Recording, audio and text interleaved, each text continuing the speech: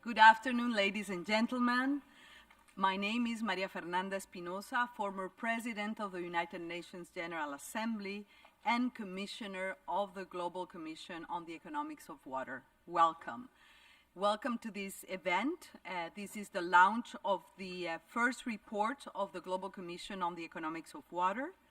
We will have 75 minutes to discuss how to turn the tide on the way we value, we use, we care, and we govern water. We will respond to the question today of why we need to change course and how to do it.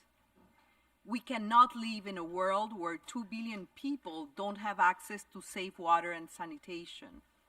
We cannot live in a world where women around the world spend 200 million hours every day collecting water, and where 1/4 of the world's population live in countries under water stress. Water is the connector of all sustainable development goals. Fighting poverty, hunger, the climate and biodiversity crises, all of this will not be possible if we do not fix the water crisis. I would like to start by acknowledging the presence of His Majesty King Willem-Alexander of the Netherlands and His Excellency Emomali Rahmon, President of the Republic of Tajikistan, this afternoon. We will not be here without their steadfast commitment and vision for a safe and sustainable water future. We thank you.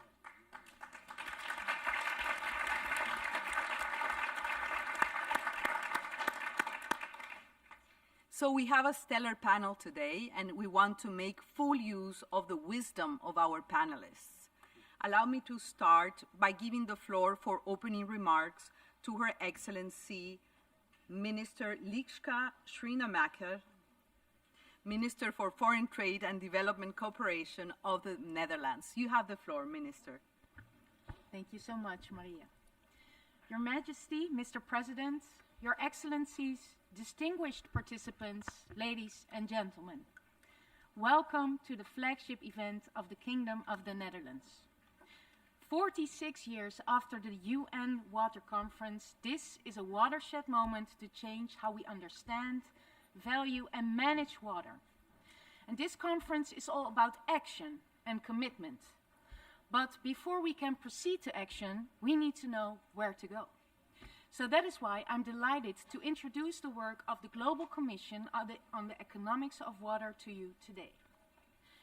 Back in January 2022, I invited 4 global leaders, experts and eminent leaders to rethink the economics of water and to be the co-chairs of this newly formed body. We share the firm belief that our economies are key to solving global water issues, and that we should do this in an inclusive, multi-sector and action-oriented way. And this resulted in a diverse group of 17 women and men from different backgrounds, rallying to the call. And I am delighted that the Commission embodies different perspectives on water from around the globe. Just like the fresh water that is the livelihood of all our economies, this ensures that the Commission will provide us with fresh and bold ideas. It is a truly independent body. And in just a few moments, the Commission will present its initial findings to us. And these are provocative and will surely trigger debate. But we shouldn't shy away from this. Instead, we should embrace this opportunity. Because, as I hope you'll agree, transforming the way we value and manage water is critical. Water insecurity, too much water, too little water, too polluted, and too unequally distributed affects every continent and every country. And climate change is only making things worse. To a large extent, this is our own fault, and we have allowed this problem to arise by not managing water properly. But the good news is that we know what it takes to put water back on a sustainable track. The Commission's advice will offer valuable pathways to a more water-secure world, and it will help us better organize decision-making around water It will support coordination across sectors, communities, and borders, so that the water action agenda of the UN Water Conference will be bigger than the sum of its parts. The Commission's findings are relevant to all of us, the Kingdom of the Netherlands included. We all face tough choices around water and land use for agriculture, nature, industry, energy, and our cities. That's why we will make multiple commitments to the water action agenda. Let me name one of these. We are bringing together 3 international organizations in a unique partnership to scale up and accelerate local water action in East Africa. Using satellite data and water forecasting techniques, this partnership will place the need of local communities at the heart of water action. But the real impact of the water action agenda will come from connecting the dots. And it may sound counterintuitive, but when it comes to water, we have to learn to see problems on a larger scale. If we define them too narrowly, we may never solve them. The findings of the Commission will help us to do precisely that, to help integrate and consider water across sectors, so in a real horizontal way. Ladies and gentlemen, the Global Commission on the Economics of Water is an independent body with its own views. And I invite you all to challenge, engage with, and help fine-tune these ideas, so that in the end we can act with a common purpose to understand, value, and manage water in a better way. And over the next 12 months, the Commission will travel the world and debate its findings with you. And I urge you all to be open-minded and build an ambitious transformation agenda together, because at the end of the day, water is everybody's business. Thank you. Thank you. Thank you very much, Madam Minister, for the leadership of your country and for setting up the Commission, by the way. Let me just take 2 minutes to explain how we will organize these dialogues.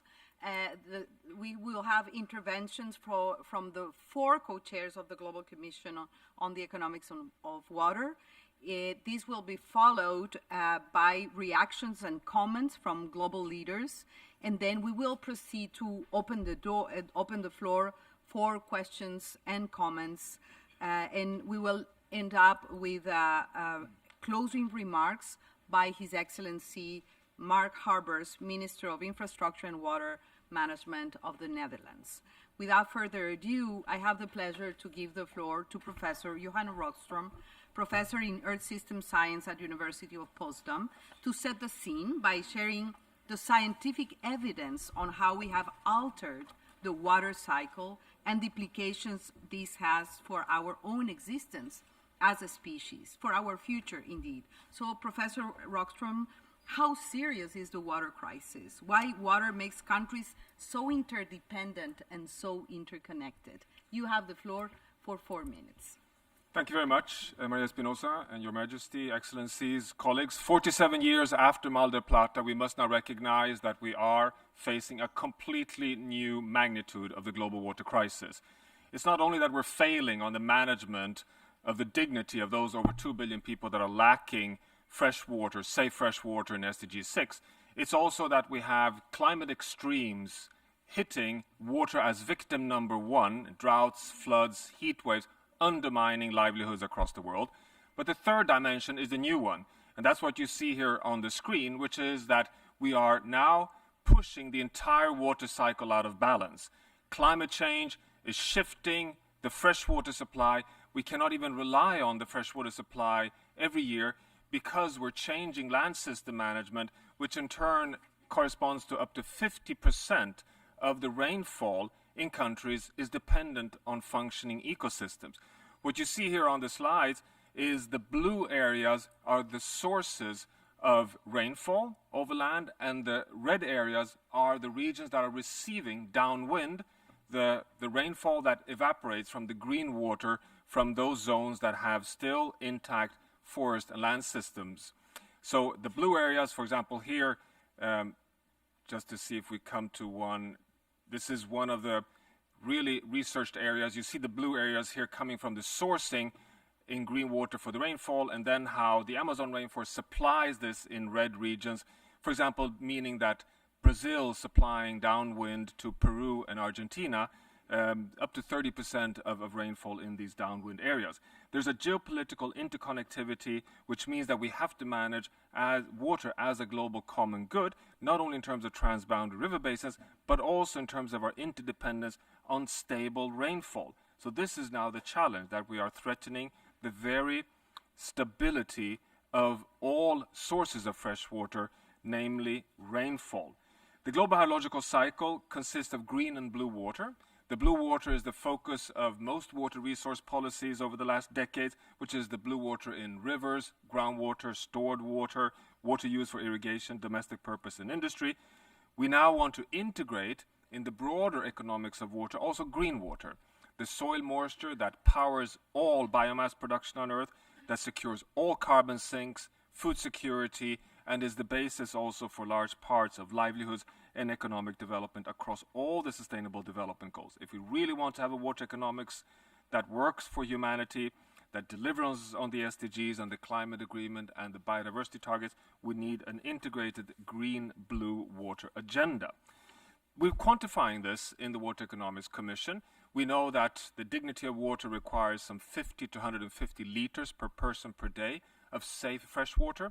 Well, I can tell you that if you want to have a real integrated water economics, we need something like 3,000 liters per person per day to secure also food, health, and the functioning of our basic livelihood requirements. This adds to a data point of 1,200 cubic meters per person per year as a proposed dignified level of integrated fresh water per human as a citizen in the world.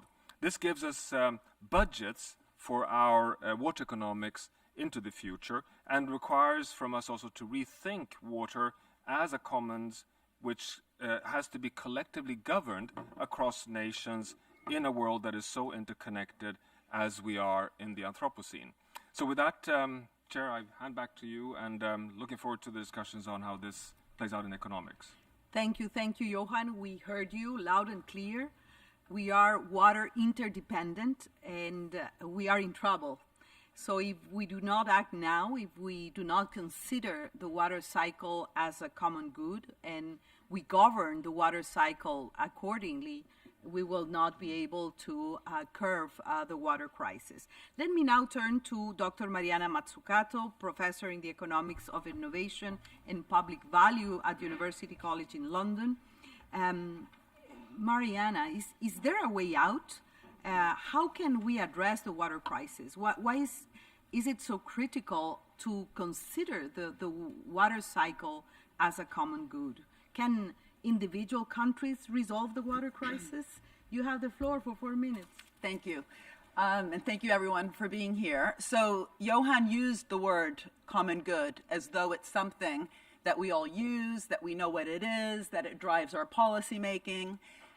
The truth is that we don't actually have a proper economics of the common good. And John Maynard Keynes, one of the most famous economists ever, had a great quote. He said that practitioners on the ground trying to get the job done are often slaves of defunct economic theory. So part of what we're trying to do in this kind of radical agenda, this call to action, is to really think about the new economic thinking, the new economic practice that can actually properly treat water as a common good. Because when economists talk about good, they use words like the public good, which has just been this kind of reactive way for the public sector to fill the gap of something that the private sector is not doing due to market failures, whether it's positive or negative externalities. It's a solid framing, but it has to be accompanied by active market shaping and co-creating a very, very different type of economy, one that leads to inclusive and sustainable growth, and not the kind of growth that we've experienced, because there's no lack of growth. It's just the kind of growth that has gotten us into all the problems that Johan, but also the IPCC report that has recently come out, has spelled out. But what's really critical is to realize that the common good is also a really positive agenda. It's about an objective. It's not about one side de-risking another. a word that we've all gotten used to, the public sector de-risking the private sector around problems. It's about actively sharing the risks, welcoming the uncertainty, doing what Kennedy said with the Apollo program, which is we're doing it because it's hard, not because it's easy. But that means actually co-investing, innovating through types of partnerships that are truly symbiotic, that are truly mutualistic, and are not what we often have seen in the water sector, but also in the health sector, which is sometimes we have problematic partnerships. We have parasitic partnerships. We have predator-prey partnerships. So this really should be a call to action for doing capitalism differently. And just like going to the moon required lots of public and private actors, there was 400,000 people involved. There was many, many sectors beyond aerospace. It was nutrition, materials, electronics, software, all those different spillovers that happened along the way. It's really important for this call to action to remain positive about the immense amount of opportunities that different actors in public, private, and the civil society space can do together. And if you just think of all the different types of innovations we need in order to address the problems that Johan and the report outline, just think of all the innovations around storage systems, around leakages in the system. We have incredible leakages of water because of the badly maintained infrastructure. By the way, we also have leakages of money. If you just look at how much is actually spread out in terms of dividends and share buybacks as opposed to reinvested back into the water infrastructure.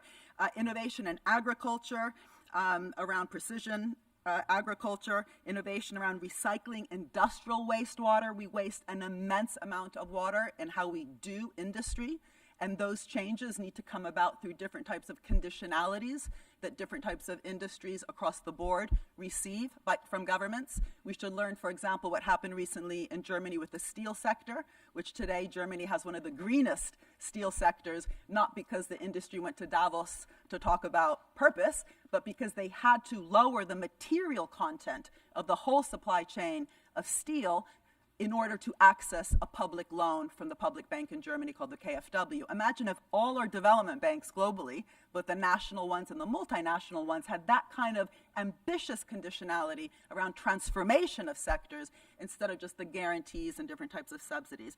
And the list goes on. Desalination and reducing the material content of production, as I just mentioned, is also one of the ways also to reduce the water content. And we should be very careful in terms of the systemic properties that Johan talked about. Sometimes the solution in one area actually causes the problems in another. So we need a systems analysis.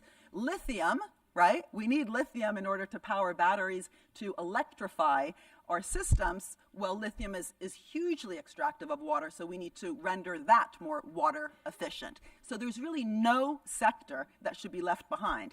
And a common good approach is absolutely central to have that kind of common purpose and directionality, right? Because, again, growth has a direction, not just a rate. To have that true collective intelligence, collaboration, and learning. To have affordability, accessibility, and reward sharing at the center.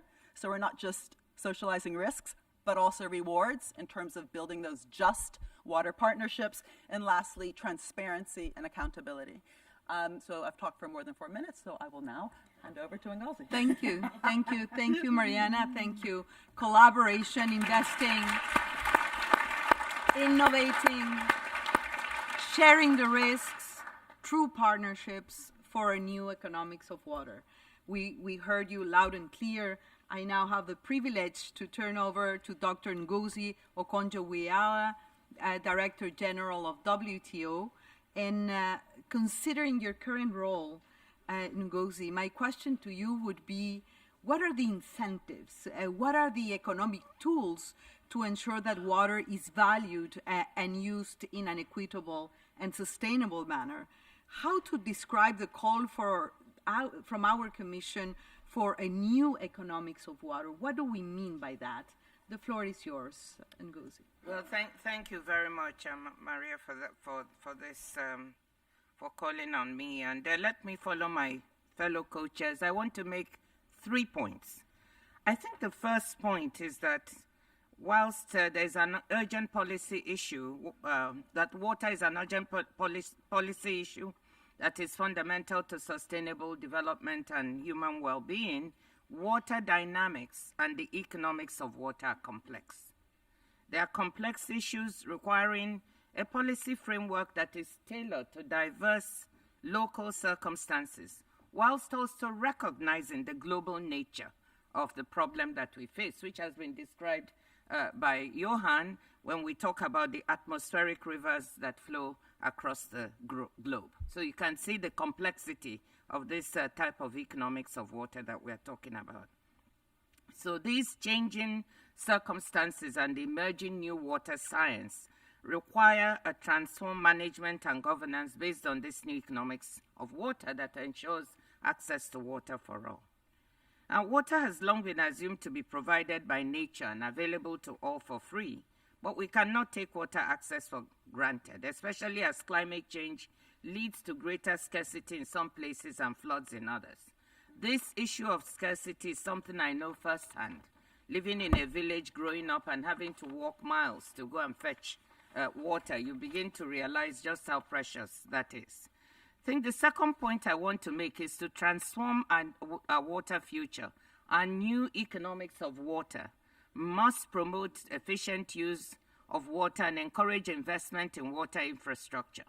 But let me be clear, emphasis on valuing water and new incentives to promote water conservation and care management of water resources need not, and indeed must not be seen to be in tension with a fundamental commitment to equity and water access to all.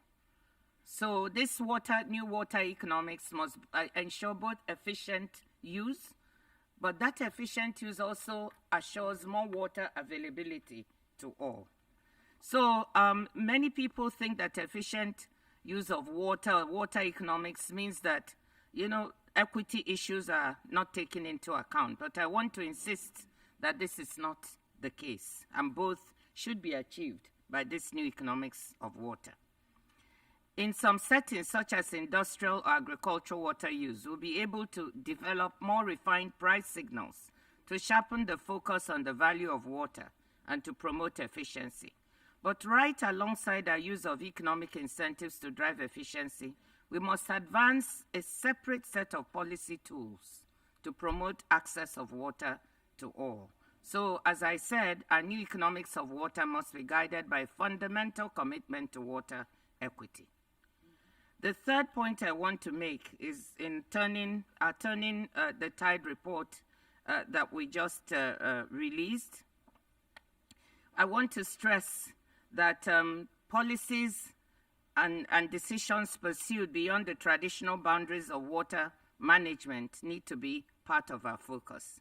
Agricultural policy, land use practices, water rights and land tenure law, manufacturing processes, power generation options, and economic development strategies must all be addressed to optimize water use and ensure availability for all, thus expanding the target zone that our new economics of water must reach. And coming as I do from the World Trade Organization, I'm eager for our work in the Commission to pay special attention to agriculture, a sector that accounts for 70 to 80% of global water use, and where subsidies can distort markets, drive overproduction and overconsumption of water-intensive products, and incentivize unsustainable production in water-scarce regions.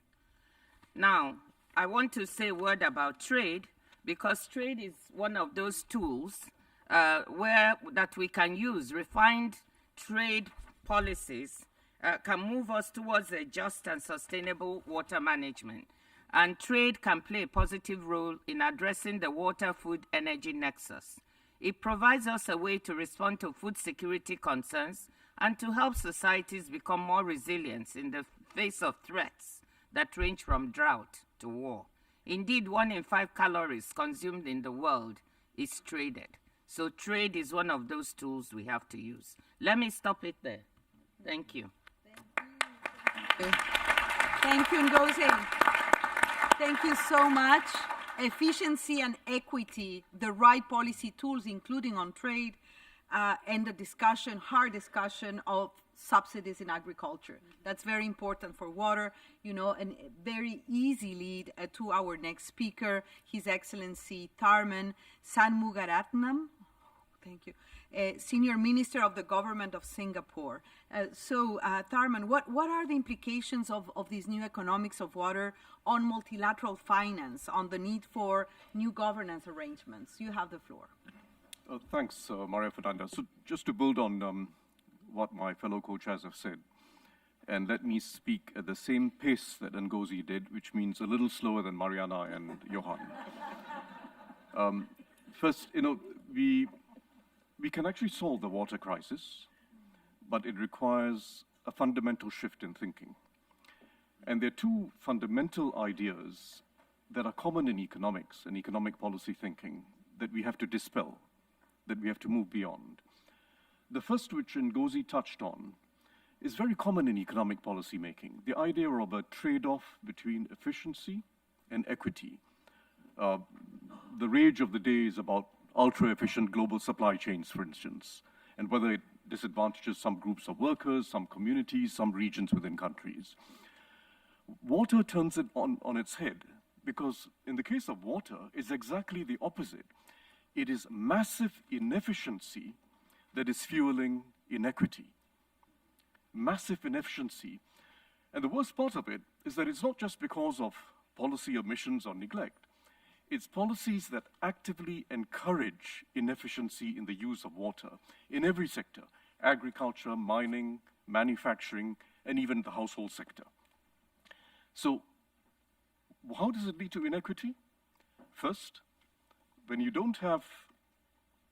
have too much water being used or too wastefully in some sectors, and you've got a finite supply of fresh water, someone else doesn't have enough water or only has polluted water. And who is it, someone else? It's the poorer communities. It's the women whose lives revolve around the scarcity of water in the way that Ngozi spoke about. Second, we know about the very intrinsic way in which water scarcity is now fueling food insecurity. It's a new global crisis that's developing before us. It's not just the Ukraine war. This is a secular trend. Food insecurity is a major challenge of the next 3 decades, a major challenge. Who suffers from food insecurity? It's not globally distributed hardship.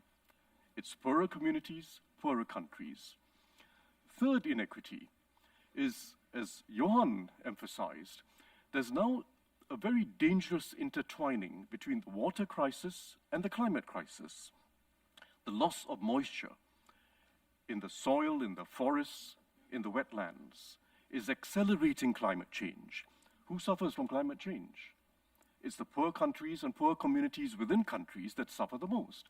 So inefficiency in the use of water, actively encouraged by policy dispensations globally, is behind inequity.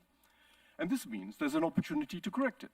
There's an opportunity for us to now move towards have a paradigm shift that focuses on water efficiency in every sector, not just providing for the most equitable wash solutions, but water efficiency in agriculture, in mining, and manufacturing in order to deliver equity. And it can be done. It starts with valuing water properly, pricing water closer to its true value, which very few countries do. My own country, Singapore, happens to be one of those that's been doing it for a long time. In fact, pricing water even above its total cost of production, because we're pricing for the future cost of sustainable water. And that's what we must all do. And pricing has to be seen as good for the poor, because pricing allows you to ration water in a way that's more equitable. It gives you the revenues to expand your water systems. It allows you the revenues to provide targeted subsidies for the poor. And the countries that have been doing this have been doing it for some time quite effectively. You can provide universal access, affordable to the poor. So it starts with pricing, and we really have to get a move on pricing. The second basic idea or misapprehension that we have to move beyond is the idea that the global common good, which all 3 of my fellow co-chairs spoke about, is somehow at odds with national priorities and national development strategies. And this tension comes up frequently in discussions. The idea that treating water as a global issue and not just a local issue will somehow distract us from national priorities. What is the global common good and how do we go about it? The global common good will be achieved not through a global intervention, but through global collaboration around local action. Local action for efficient water use and equitable water use. And that's what we need to now shift towards, moving away from thinking of this just as a global problem to thinking of it as a case for collaborative action globally around local action. It means a shift in thinking about this on the part of the advanced world, the developed world, towards thinking of it not as an opportunity for aid or not as a draw on aid budgets, but as an investment in the global common good that's going to benefit countries rich and poor. We all have an interest in this. Apart from the intrinsic good in justice and equality all over the world, there's a naked self-interest as well that's involved here. Every country has an interest in a sustainable global water cycle. Every country has an interest in the developing world being able to invest in conservation and efficient use in agriculture and manufacturing and in all of national development. And we've now got to collaborate in financing it. Because if we don't finance it, these are just words. The global common good is just words. We've got to collaborate in financing, and a very important part of our strategy paper that we've released is about how we can organize finance. There is no lack of finance. There is no lack of finance. There's no lack of finance domestically because, as Ngozi mentioned, very substantial resources are in fact going towards subsidies today for inefficient water use. And we can redirect subsidies as well as reduce those subsidies and free up a lot of resources. There's a lot of finance to be derived from getting rid of wasted water, non-revenue water in municipal systems. Average about 35 to 40% of all water in municipal systems is lost, is non-revenue water. But importantly, globally, we now have to bring all public and private streams of finance together to lower the cost of capital for investments in the developing world. We know about the Just Energy Transition Partnership. Off to a good start, a little slow, but off to a good start.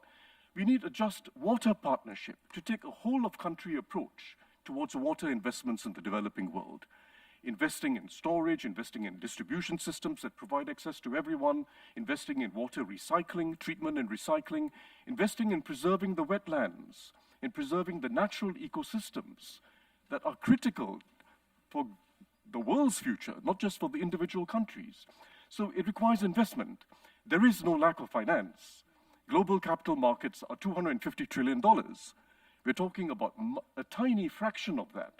We need to organize this flow of finance by bringing together public and private sources, concessional as well as decent return investments brought together.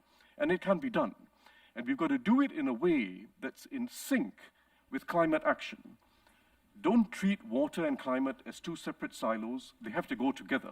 And if you treat them as two separate silos, they can work at odds with each other.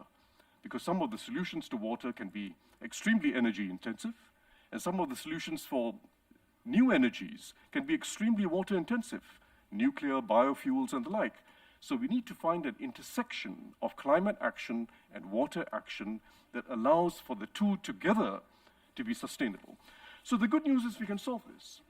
We can solve this both by getting markets to work in favor of sustainable finance for water, through voluntary action, just like we had TCFD in the case of carbon decarbonization. It started with voluntary action before the official community finally caught on, 5 or 6 years after the TCFD was started. We've got to start the same with water. Get going with voluntary action. And governments must now start working towards mandatory disclosure of water footprints, as in fact the Global Biodiversity Framework in December had agreed to. Nations had agreed to this. We've got to go ahead with voluntary action, and governments have to start working towards mandatory disclosure of carbon footprints by corporates and financial institutions. So treat this as an opportunity. We know what needs to be done. There's no lack of finance. Most of the technologies exist. We have to get moving, and get moving together. To borrow the phrase of the last few weeks, everything, everywhere, all at once. Thank you. Thank you, Senior Minister. So together we can fix the water crisis. I think that's the takeaway, and thank you for your very thoughtful to-do list. There is a lot of work ahead of us collectively. We would like to thank both the President of Tajikistan and the King of the Netherlands. And we will continue, bear with us. I will invite to the podium two of the respondents. This section is called Reactions and Comments from World Leaders. And here we have two world leaders. I invite to the podium Guy Ryder, the United Nations Under-Secretary General for Policy, and Saroj Kumar Jha, Global Director of Water Global Practice at the World Bank.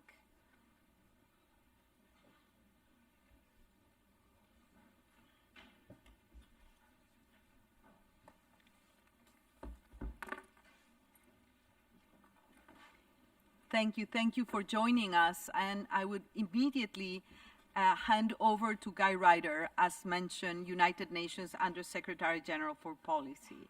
What are your first reactions, Guy, to what we heard, to this first report of the Global Commission on the Economics of Water? You have the floor. Thank you, Chair. Well, my first reaction is one of great encouragement, I have to say.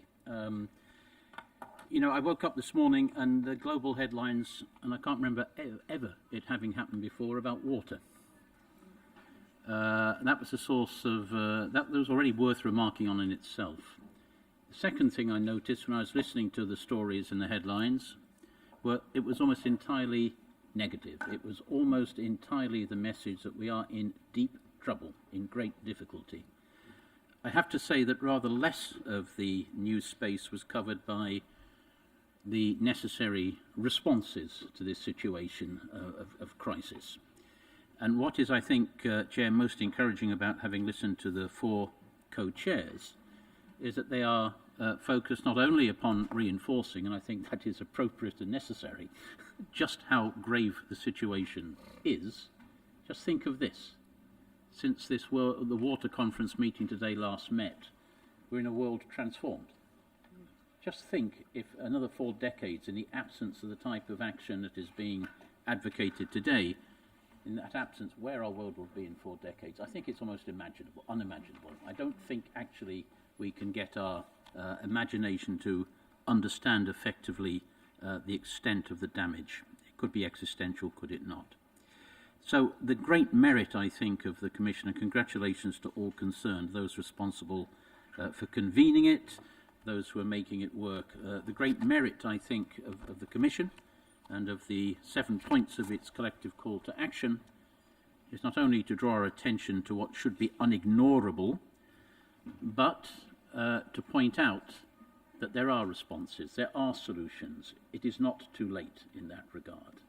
That our current circumstances are the consequence, basically, of policy failure, of a chronic and long-standing mismanagement of the water cycle, the consequences of which are now becoming very evident to us all. So I think, and this is my reaction to what I've heard this afternoon, that the great merit of this exercise is that when the headlines have gone, when the news cycle has moved on, action on the water cycle will remain with us. And I think there are 2 streams that lead me to think we're onto something important here. One, of course, is at the Water Conference itself.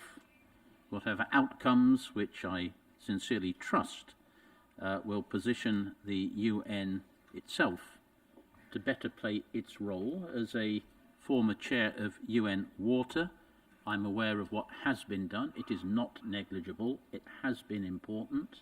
But the question may reasonably be put in our current circumstances of whether it is sufficient. So we have the outcomes of the Water Conference that will stay with us. And secondly, there is, and I think it is a fundamentally important contribution, the work, the continuing work of the Global Commission on the Economics of Water. As a non-specialist, I have to confess my own failings in this regard. I tend to look at water issues in a somewhat siloed way. There is the science of water, as there is a science of climate action. I'm not a scientist. And now there is the economics of water. I'm not an economist. I'm not going to tell you what I am. The point here is that we have to address the science, the economics in a joined-up way. I do understand and believe that if we fail to address the economic underpinnings of the challenges, be it in respect of water, be it in respect of climate action, and I thoroughly agree with the last of the co-chairs to speak, that if we look at these in separate silos, we will fall short. But I thoroughly believe that if we do not address the economics of these issues, we will not get the societal support that in the end will be the license that we need to act in these ways. This is action that cannot simply be handed down from above. It has to harness the approval and the contributions of all sectors, be it the private and the public sector, be it civil society, be it those whose livelihoods are in fact dependent on and sometimes threatened by the current economics of water. So I am encouraged, and I want to say that as the UN system gears up in the approach to the SDG summit in September and finds its way to the summit of the future in 2024, water has to be one of the things that we carry with us along the roads. Thank you. Thank you so much. Thank you, Guy Ryder. And yes, indeed, the water crisis has made headlines today, but we want water in the agenda in a permanent, sustained way. And I think the UN indeed has a very important role to play to bring together science, economics of water in an integrated manner and from a multi-actor perspective. And of course, as citizens, we want to see water in the SDG summit, in the summit of the future. We want to see a very strong water agenda. So thank you, Guy Ryder, again for your comments, encouraging comments with regards to the report. I have now the privilege to give the floor to Saroj Kumar Jha, Global Director of Water Global Practice at the World Bank. You have the floor, sir. Thank you, Madam Chair. I hope you can hear me okay. First of all, we really welcome the findings of the Global Commission. We have had very good and very constructive engagements with several members of the Global Commission. World Bank, which is the largest funder of water projects around the world with a portfolio of close to $65 billion, with about 450 specialists in 160 countries in the world, our stakes are very high in terms of how we engage in the countries where we work.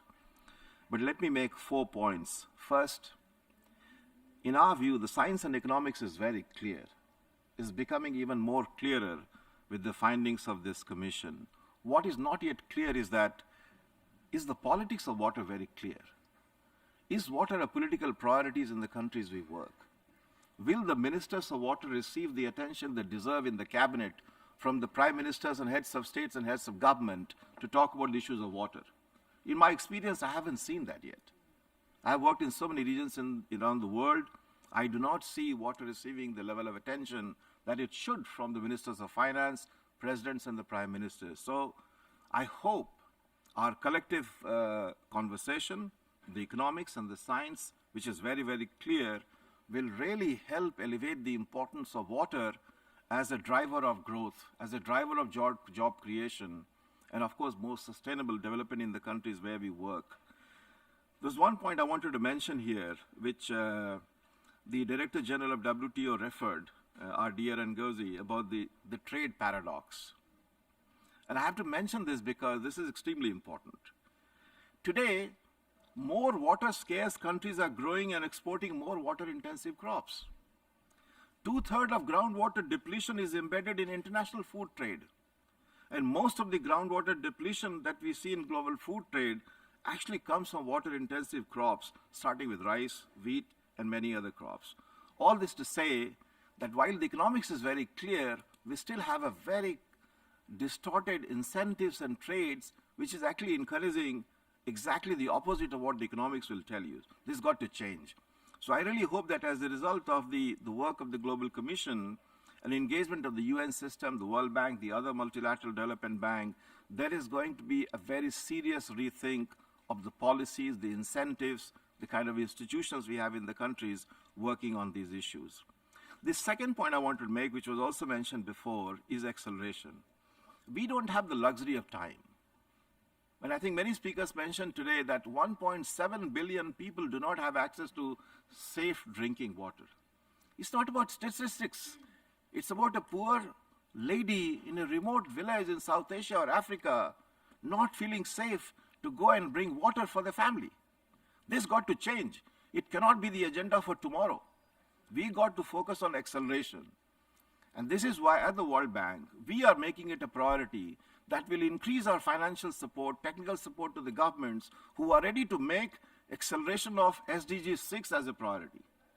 We will work with other MDBs. We have initiated a process to work with all the MDBs to mobilize more resources, but also help with governments to create enabling conditions to mobilize more private capital in support of that agenda. Currently, at this rate, we have a financing gap of around $40 billion per year. Just to go to SDG 6, which is basic water supply and sanitation, this is not acceptable. We got to really work on a very different scale. And that is where I think the role of all of us, including the private sector, will become extremely important. The last thing I want to mention is about the global public goods. And as part of the World Bank's work, where we really focus a lot more on regional cooperation, regional integration, and as part of the evolution roadmap that our shareholders have asked the World Bank to focus, you will see World Bank Group actually offering more support, more resources, new instruments to really encourage work by various countries working together on global public goods. And I think water is an area particularly because more than 60% of global fresh water is international waters. And if the countries do not really come together to cooperate on managing shared river resources, we are not going to be able to achieve water security in the countries around the world. So we will lean forward, working with the UN system and other organizations to really take a much more systematic approach to encouraging transboundary water cooperation. Madam, thank you very much. Thank you, Saroj.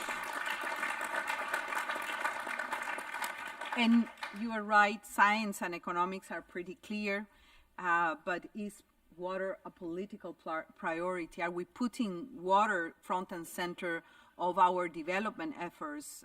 The urgency, the need for acceleration, loud and clear, and good news to what the World Bank is already doing and bringing other international financial institutions to do the same, to better finance water, to invest in water, and bring in the private sector. So all these are good news. Thank you very much. I will now turn to the floor.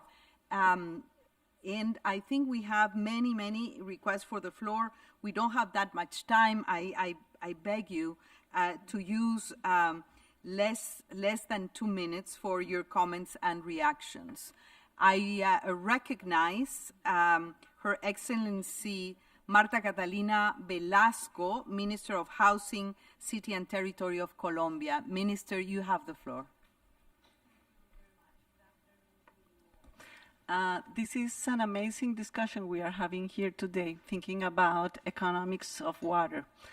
And in Colombia, we are seeing that public enterprises on utilities are having the way that you have talked about during the whole session.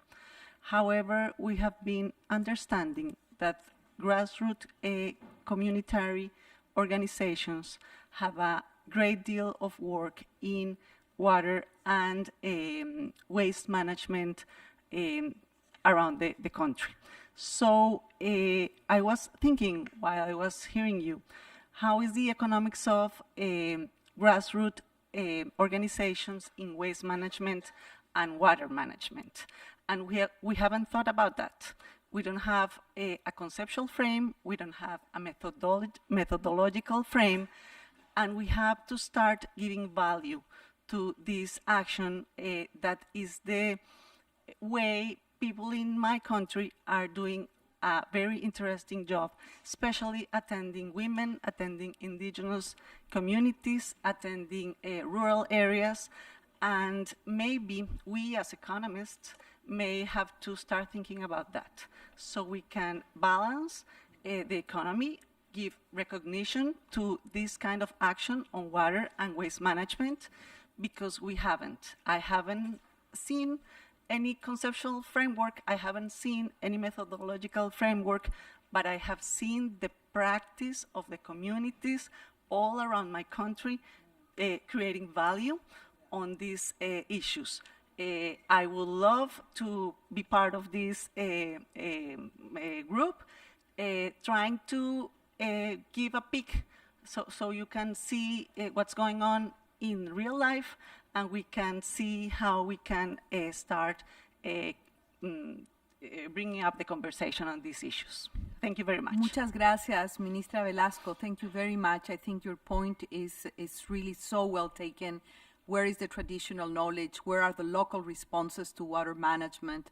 And we need to factor this in when we think about the economics of water. We will, bring these questions to the members of the commission, the co-chairs, but the first line here, they also deserve an applause because they're the commissioners and members of the commission that have all worked very hard to have this report out. So thank you very much, Minister Velasco, to bring this very important issue. I would now like to give the floor to Ms. Florica Fink-Hoyen, Director General for the Environment of the European Union. You have the floor, Madam. I think we need exactly this type of to-do list that the Commission now came out with. I mean, the to-do list that connect the dots between science, politics, and also economics. And we are actually also very grateful that you pointed out in a very straightforward manner one thing, which is the damaging role of harmful subsidies on water and environmental harmful subsidies. And I would like to just highlight, even if that has been mentioned, 2 points: sustainable finance, and also comment on the importance of social dialogue, which I think links to what my predecessor just said. We always have in the World Economic Forum, the risk report, always comes up water as a very high risk. And still, it is very, very absent when it comes to business or politics in the way that they would have to plan. And that is actually quite a problem. It's amazing that it is not factored in. And it was already mentioned, but now with all the investment in renewables, we also have to really then look at what does it mean for water abstraction, and how sustainable some of these new investments are. And that's actually the point. It's not that we need more investment, but we need more nature or environmental or water positive investment. And that means a little bit of a different planning, different understanding. And I think for that to happen, you need to look at methodologies, as it was said, but some things like taxonomies that are very easily understood by everybody, not too complicated, and that really help us to understand which investments are sustainable and which are not sustainable from water perspective. So this, where do we actually aggravate the risk? And this is a discussion we would like to really continue and also deepen very much. But I would also like to pick up on the dialogue with the local communities. We would call it citizen dialogue. That's the experience that we have in Europe. But we do have seen that these type of platforms give a voice to those who are not normally heard, but who really will be affected. And that's also a question often of environmental fairness. So it's really good to have a better understanding then also from them, and hearing what they say about the importance of value in water and the water risk. And that means actually work from bottom up, science-based, obviously, and in an inclusive manner. I think that's really a difference, and I think this is why we also try in the future more and more to involve even citizens and citizen words in our legislative and policy making. And we are very happy to engage in that dialogue. And thank you very much for the to-do list that we have to do Thank now. you. Yes, Thank you. indeed. And we are writing down the homework ahead of us. Thank you very much to the European Union. Yes, indeed, we need to bring together science, economy, and politics. Look at harmful subsidies, water positive investments, social dialogue, so important. So thank you very much. I will turn now to Neil Patel, Groundwater Youth Network. You have the floor, sir, for 2 minutes. Thank you to the Commission for an excellent discussion today. I wanted to take the opportunity to comment on the cross-cutting importance of youth engagement across the call to action and the objectives we've discussed today. Young people under the age of 35 make up more than half of the world's population and are among the most vulnerable to the long-run implications of water insecurity. By 2040, it's estimated that 1 in 4 children will be living in areas of extreme water stress. So it goes to say that the next decade of action will be critical for our generation's future. Yet, despite this proven capacity of change makers, youth are rarely materially included in major decision-making processes beyond just mere attendance. And in order to achieve the goals outlined today, it's critical that young people are engaged at all levels of water action. So first, going on to a point discussed about financing and catalyzing innovative solutions to pressing water challenges, it's essential that we target dedicated funding to youth entrepreneurs. Youth have been responsible for some of the most successful examples of private sector innovation in the water sector, yet few financial service providers are willing to invest in their ventures. It's essential that we break down barriers to investment for youth within the water sector. Furthermore, we must prioritize partnerships with youth networks such as the Groundwater Youth Network and the World Youth Parliament for Water, which bring together thousands of young leaders from over 100 countries to facilitate cross-border research, advocacy, and community water management projects. Young leaders have already mobilized to achieve an unprecedented level of global cooperation on water action, but require tangible support to scale the impact of their work. And finally, to achieve the objective of multilateral governance, we must directly engage young stakeholders, not just as attendees, but as essential stakeholders in water management and conflict resolution processes, so that we are also enabled to contribute our perspectives on critical decisions that will impact our future as well. Young leaders are agents of change, and engaging them is essential to having a water-secure future for all. Thank you for your time.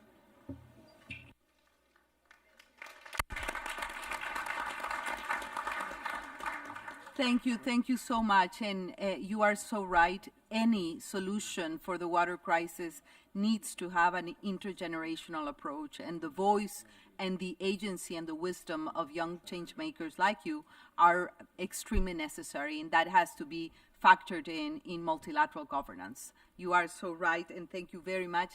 Let me now turn to Ani Dasgupta, President and CEO of the World Resources Institute. You have the floor. Thank you, Chair. Oh, there you are. Yes. Sorry, Annie. Thank you, Chair. Thank you very much. We at WRI very much welcome this work of the Global Commission on the Economics of Water. I also want to commend the Netherlands for supporting this work. My little pitch is I hope they continue to support this work. I think this is just the beginning. I personally want to say the four co-chairs that you have chosen couldn't be better for this work. This is fantastic to hear. I won't repeat what people have said. I just want to say that we completely agree with the Commission's warning. We are heading for a massive collective failure, very much like the word you have chosen. And just to simplify what you've been saying, this collective failure is because of pretty bad economics and very poor governance. And both things are fixable. Both those things are fixable things. I also want to point out, Johan just said 2 billion people in the world today, nearly 2 billion people, suffer from serious water stress. These 2 billion people are the richest people in the world. They are the poorest people in the world that suffer. And these suffering across the world are not only taking toll on families, but on economies and countries. The whole economy, in Pakistan last year, just one flood incident reduced the GDP by 50%, from 5% to 2% growth. And national security. Minister Thurman talked about food security. I'm not talking about food security. I'm talking about violent inside countries and across country security issues. So I just want to say that the point you're highlighting is very well taken. It's also been saying, you all have said, this crisis that exists is actually getting worse every day because of climate change that's taking place. We at WRI like to say, not jokingly actually, that if climate change is a shark, water is its teeth. Most people in the world feel the impact of climate change through water scarcity or too much water flooding. So water is a critical issue.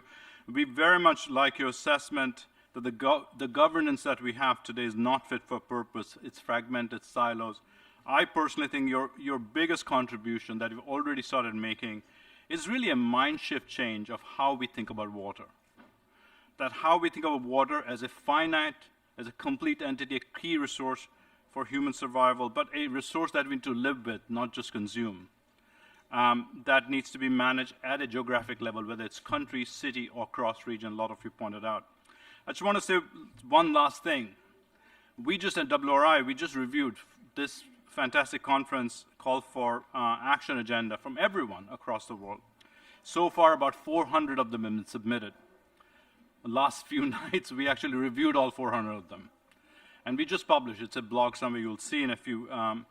But we found that 110 of them actually were very good, very credible.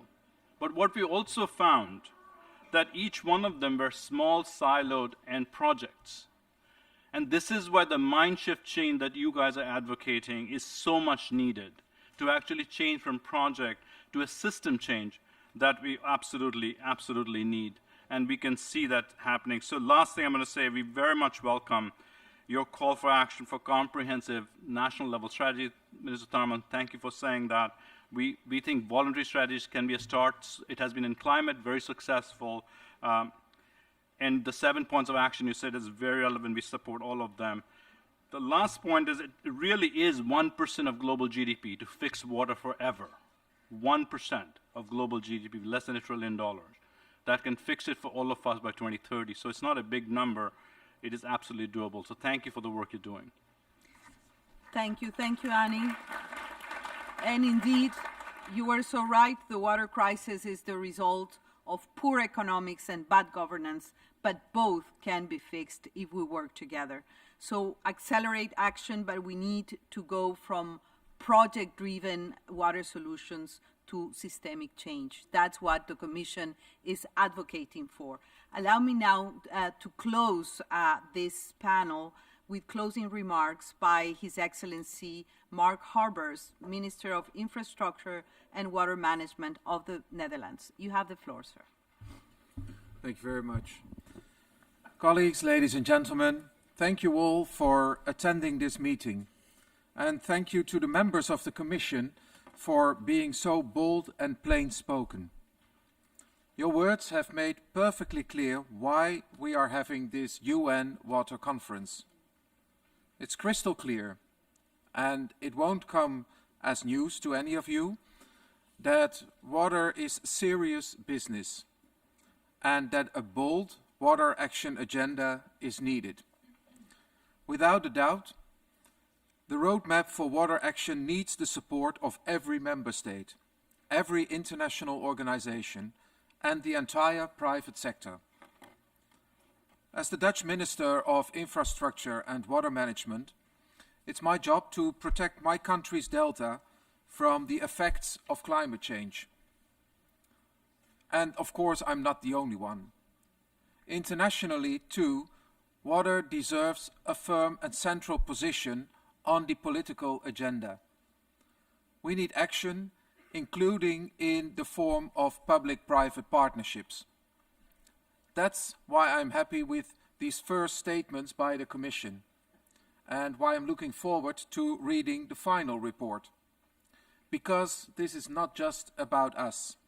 It's about the world we live in, about humankind, our populations, our companies, and governments.